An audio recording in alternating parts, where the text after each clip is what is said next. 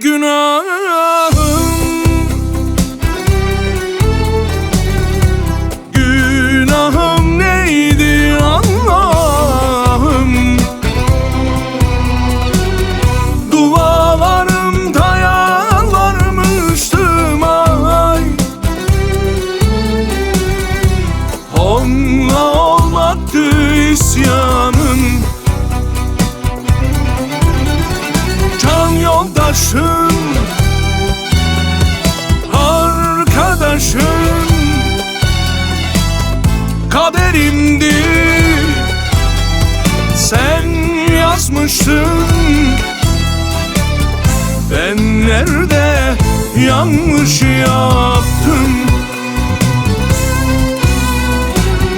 Bitti dünya, ziyan oldum ziyan. Ah, bir anlasam, nerede, nerede, nerede? Ben nerede yanlış yaptım? Nerede, nerede, nerede? Ben nerede yanlış yaptım? Allah'ım, Allah'ım neydi günahım?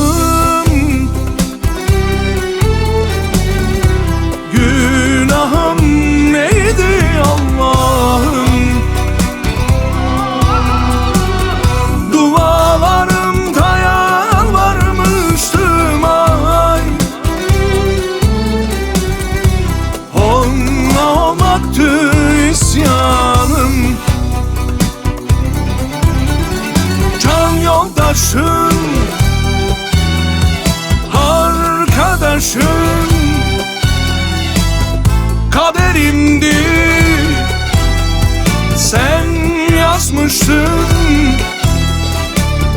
Ben nerede yanlış yaptım?